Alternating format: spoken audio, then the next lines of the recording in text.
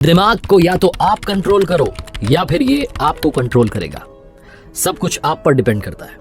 एक लड़के की कहानी सुनाता हूं जो यूरोप में एक घर में रहता था किराए से। वो अपने गांव से आकर के शहर में रह रहा था, पढ़ाई कर रहा था कॉलेज की। और जिस मकान में रहता था उसकी जो मकान मालकिन थी वो बूढ़ी अम्मा चीजें लेकर के लोगों को पैसे दिया करती थी, गिरवी रखती थी सामान को। और वो देखा करता था कि गरीब लोग आते थे, आकर के सामान गिरवी छोड़ के जाते थे और अम्मा उन्हें पैसे देती थी। लेकिन जब वो लोग वापस पैसे नहीं चुका पाते तो उनसे और लूटने लगते, उन्हें और प्रताड़ित करने लगती, वो लोग और परेशान होने लगते। वो कहते थे हमें माफ कर दो, लेकिन ये कर्जा बढ़ाती चली जाती थी। ये लड़का जब भी उस बूढ़ी अम्मा को देखता था, अपनी मकान मालकिन को देखता था, इसको बहुत गुस्सा आता था कि क्या औरत है, क्या कर रही है, गरीब लोगों के साथ में ऐसा कर रही है, माफ क्यों नहीं कर देती कर्जा।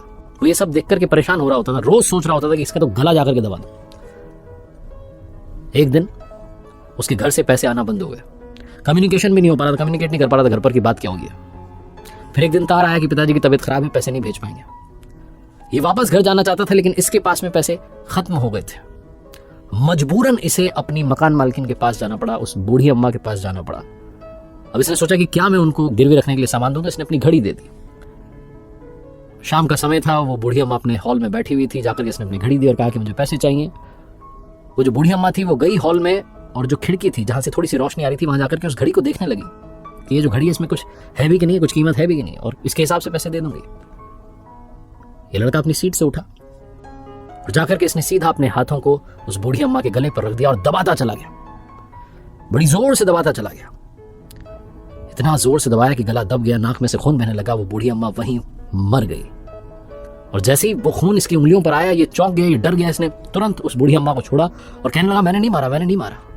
पुलिस इसे पकड़ के ले जा रही थी और ये कह रहा था मैंने नहीं मारा, मैं कैसे मार सकता हूं, इसने नहीं मारा। वो 2 साल से जो इसके दिमाग में थॉट्स चल रहे थे, ये देख रहा होता था और सोच रहा होता था कि इसके तो गला दबा दूं, उस थॉट ने बूढ़ी अम्मा को मारा। क्योंकि जैसे ही ये वहां गया, इसके दिमाग ने ऑटोमेटिकली इसे इस तरीके से डायरेक्ट किया कि जाओ जाकर के गला दबा दो, और इसने गला दबा दिया। क्योंकि 2 साल से यही सोच रहा था कि इसका तो गला दबा दो। उस दिन नहीं दबाना चाहता था, उस दिन तो जरूरत में था, उस दिन तो पैसे चाहिए थे, लेकिन 2 साल से सोच रहा था। छोटी सी कहानी जो हमें सिखाती है कि हमारी ब्रेन बहुत कमाल की चीज है।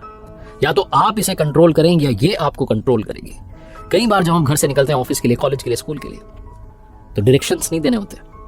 ये जो सुपर कंप्यूटर है इसको मालूम है कि किधर जाना है, ये अपने आप आपको ले जाकर के वहां पर पहुंचा देती है। कई बार आप सोच भी नहीं रहे होते कि किस मोड़ पर मुड़ना है, लेकिन गाड़ी अपने आप घूम जाती है क्योंकि आपकी ब्रेन को सब कुछ पता है, कुछ अपने से काम करने लगती है। आप जैसा सोचते जाएंगे वैसा ये काम करने लगेगी। आपके विचार ही आपके कर्म बन जाते हैं। ये छोटी सी कहानी बस यही समझाती है। इसलिए जो आप सोच रहे हैं उसके बारे में सोचें कि आप क्या सोच रहे हैं। अच्छा सोचना शुरू कीजिए, अच्छा करना शुरू कीजिए।